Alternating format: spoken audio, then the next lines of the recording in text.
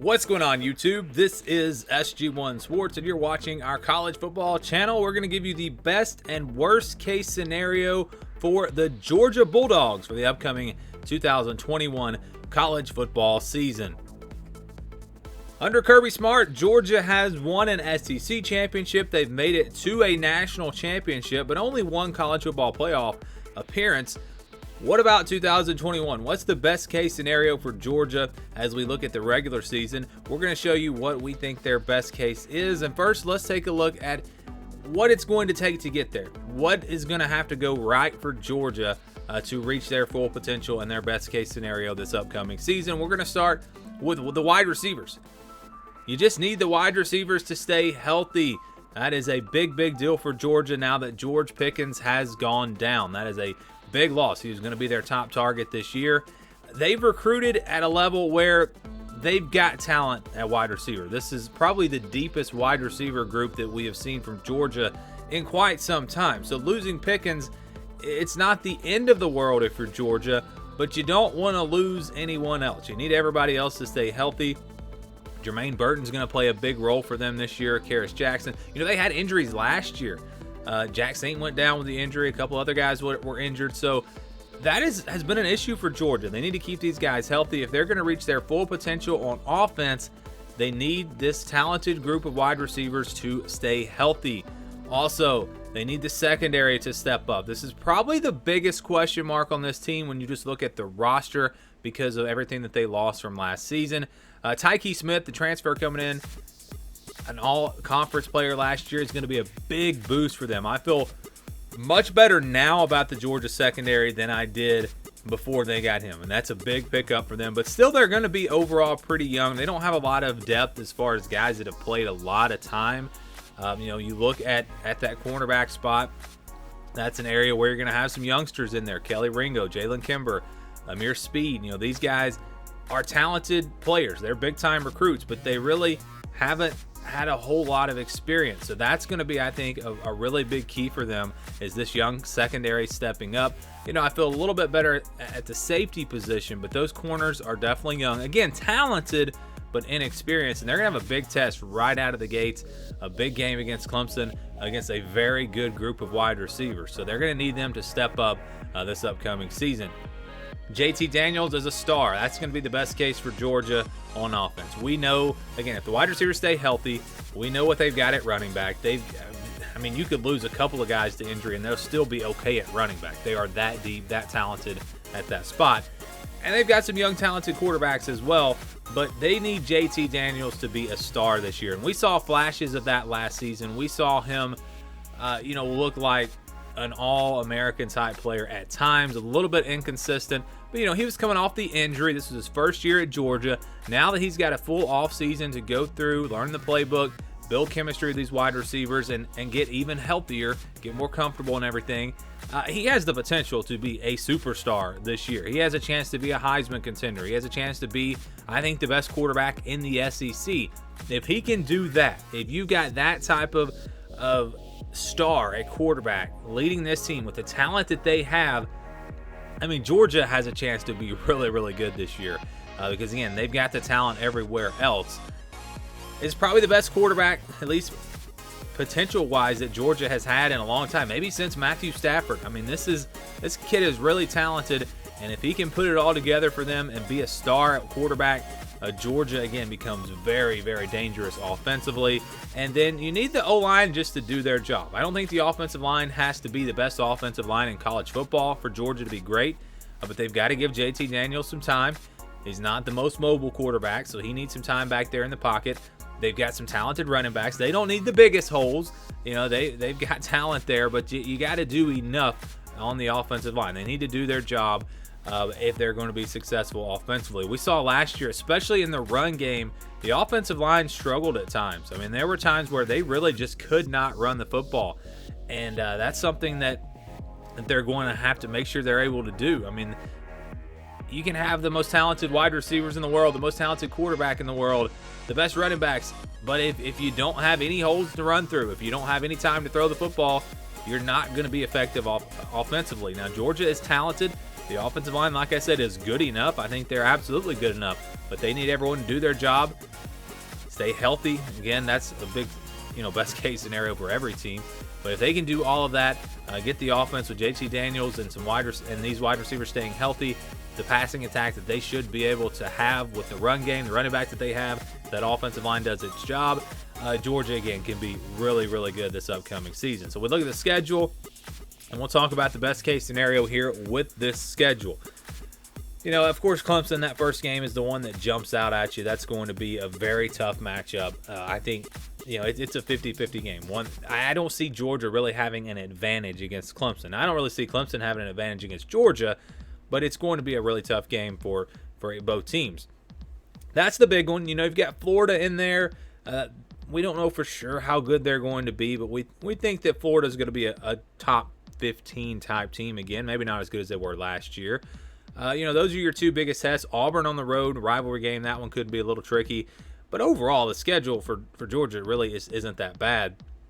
And I think you can pretty much count these other games as wins. UAB, South Carolina, Vanderbilt, Arkansas, Kentucky, Missouri, Tennessee, Charleston Southern, Georgia Tech.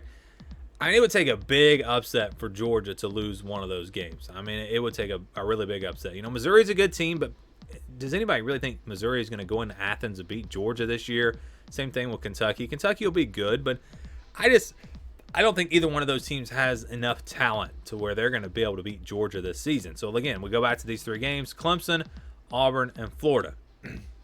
Can Georgia win all three of these games? They're going to be favored against Auburn. They're going to be favored against Florida, more than likely, probably by about a touchdown. I think they'll be clear favorites. Although those games I think will be tough, they absolutely can win both of them. And then that just leaves Clemson. So really, I don't see any scenario where if they play their best and everything goes their way, I don't see a scenario where they don't go 12-0. I think the best case scenario for Georgia is 12-0, going undefeated in the regular season. Obviously, going past that, you've got to beat Alabama. If they're 12-0, though, and they lose to Alabama or whoever they play in the SEC championship, I shouldn't get ahead of myself, whether it's LSU or Texas A&M or Alabama, whoever's in that game. If they win that game or lose that game, if they were 12-0, they're probably still going to make the college football playoff. But I think, again, this team is talented enough. This team is talented enough to where they can go undefeated in the regular season, and really, I think they're good enough to win it all. So the best case scenario for Georgia is to win a national championship. Yes, finally get it done and win a national championship in 2021. It almost seems like last season was really the worst case scenario for Georgia. They had to play Alabama. They lost that game, and then losing to Florida, that was a big blow for them, and it was not a great year, although they still finished with just 2 losses. But you fast forward to this year, they don't play Alabama, but they do have to play Clemson. And we'll talk about the schedule and really the worst case on that schedule in just a second. But first, let's talk about the things that could possibly go wrong for Georgia, the things that would cause them to have their worst case scenario in 2021. And then I'll tell you what I think that worst case scenario is. We will start with the offense. No balance on offense. And this is really, you go back to last year. They were able to run the football, but then teams would take away the run and they would throw the football. And you just take what the defense gives you. They did a good job at doing that last year, but still they were a little bit one-dimensional at times. And I understand you have to do what the defense gives you, but they need to just be a little bit more balanced, in my opinion. You've got to be able to do both: run the football, throw the football. JT Daniels, I expect to have a much better year this year. Build some chemistry with those wide receivers. Get a little bit better in the passing game. The offensive line needs to step up. They need to run the football a little bit better. And if they can have that balance, they'll be really good. But if they do go one-dimensional, if the offensive line struggles to run block and they can't really run the football, or the receivers don't really step up, or the offensive line lets them down in the pass protection, if they have to rely on the run or rely on the pass, they're not going to reach their best case scenario. They're going to reach their worst case scenario. And again, that's something we saw a little bit last season. So getting that balance on offense is going to be really key for Georgia. If they are not balanced, it's probably going to cost them a game or two this season. What else?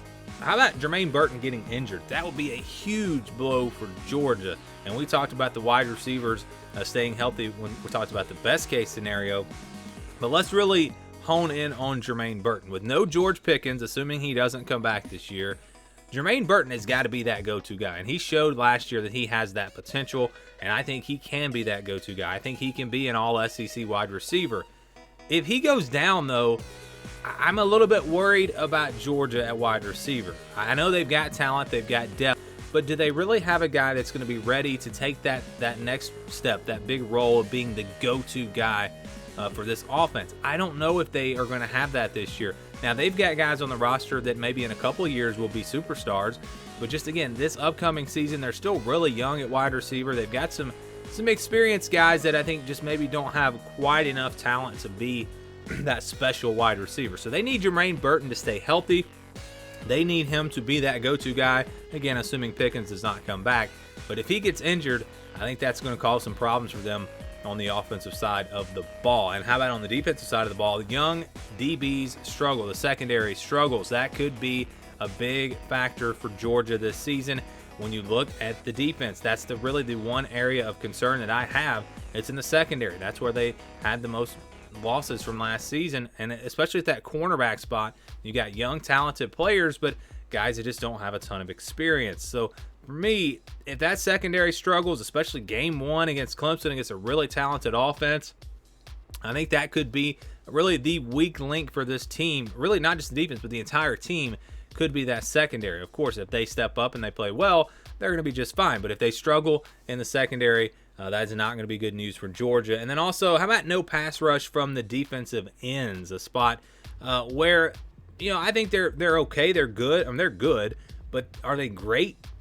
And I'm talking about specifically on that defensive line. I know they run a 3-4 defense, so you've got your edge, outside linebackers, the hybrid players, whatever you want to call them. But just specifically from that defensive line, those three guys up front. Now, they're solid in the middle. You've got Jalen Carter. You got Jordan Davis, two of the better interior defensive linemen in the SEC.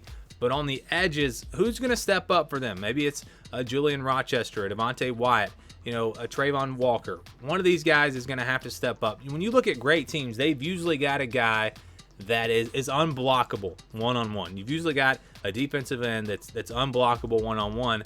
And does Georgia have that? That's what I'm kind of wondering about.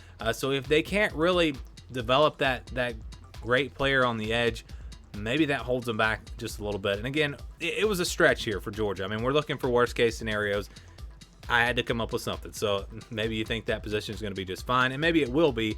But if it's not, again, that's going to be the worst case scenario for Georgia. So you look at the schedule, and we'll talk about what the worst case scenario for Georgia is this season.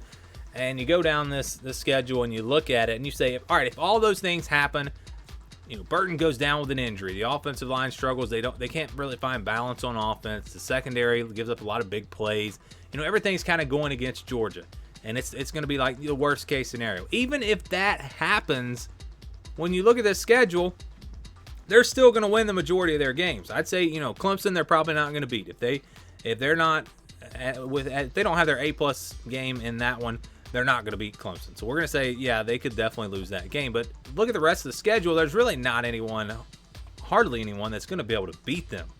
Arkansas, Kentucky, Missouri, those are going to be good teams in the SEC this year. But they're playing in Athens. They're just not going to beat Georgia. It would be a huge upset. So I don't really see any of these other teams beating Georgia. Yes, Clemson, I think, absolutely can beat Georgia. And again, if Georgia is not... If they are not up to their A+ game, they will not win that one. And again, worst case scenario obviously would mean that they would lose that game to Clemson. That leaves Auburn and Florida.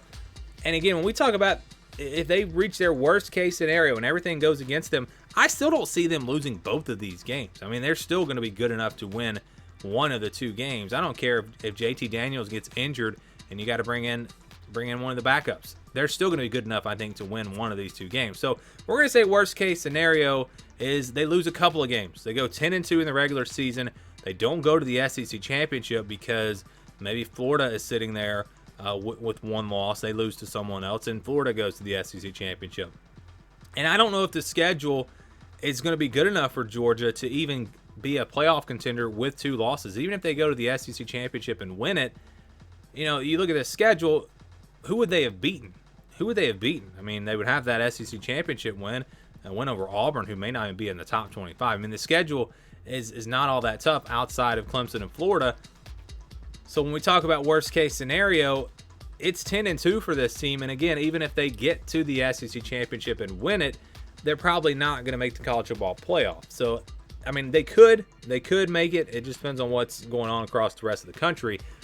But I think the worst case scenario for Georgia this year is going to be 2 losses. I just don't see this team. I don't see anything happening that would cause them to lose 3 games with their schedule. I think it's a 10-2 year for them at worst. We'll see what happens. Again, it felt like it was the worst case scenario last year. If they have a repeat of that, again, it'll be 2 losses, no college football playoff, and maybe no SEC championship game either. What do you guys think? What do you think the worst case scenario for Georgia is? Give me your thoughts down in the comments below.